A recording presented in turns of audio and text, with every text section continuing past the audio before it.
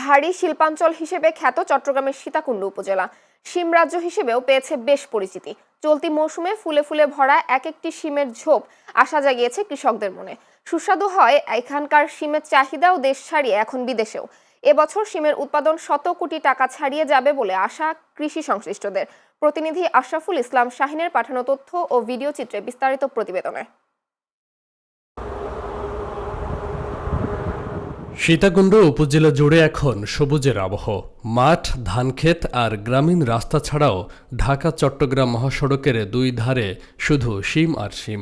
বেড়িবাঁধ আর পাহাড়ি ঢাল কিছুই বাদ নেই। বাড়ির উঠানও খালি পড়ে নেই। থোকায় থোকায় ঝুলছে শিম, বেশিরভাগ গাছে ফুলে ফুলে ভরা। বংশ পরম্পরায় কাত্তিকোটা, ছুরি, পুঁটি, বাটাসহ ৬ ধরনের শিমের চাষ হয় সীতাকুণ্ডে। এবছর ফলন ভালো হওয়ায় কৃষকের মনে আনন্দ বয়ে যাচ্ছে। তবে সরকারিভাবে সাহায্য সহযোগিতা না পাওয়ার অভিযোগ রয়েছে। তাছাড়া মজুরি বৃদ্ধি পাওয়ায় লাভ কম হওয়ার আশঙ্কা তাদের। সীতাকুণ্ডের মধ্যে সিমের জন্য বিখ্যাত, যে কোনো সিম, হাইব্রিড বলেন, তারপর রূপবান, কাতিকোড়া, এগুলো সবগুলোর জন্য বিখ্যাত। আমাদের এখানে ফসল হয়েছে প্রচুর পরিমাণ ন্যায্য মূল্য না পাওয়ার কারণে আমাদের ক্ষতিগ্রস্ত বেশি হয়েছে। প্রচুর পরিমাণ সিম হয়েছে, কিন্তু সিম বাজার আমরা পাইছি না। আমাদের যদি কৃষি অফিসারে যদি কিছু সাহায্য করে আমরা অনেক ফসল ধরো উৎপাদন করতে পারবো। কৃষি অফিস বলছে চলতি বছর আবহাওয়া বেশ অনুকূলে, ফলন ভালো হওয়ায় চলতি বছর লক্ষ্যমাত্রা পূরণ হবে। বাজার দর ঠিক থাকলে শিমের উৎপাদন শত কোটি টাকা ছাড়িয়ে যাবে। এই বছর 2300 হেক্টর জমিতে বিভিন্ন ধরনের সিমের আবাদ হয়েছে।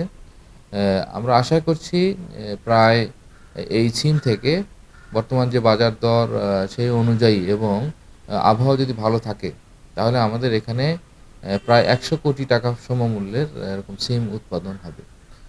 এবং আমাদের বর্তমানে আবহাওয়াটা বেশ ভালো।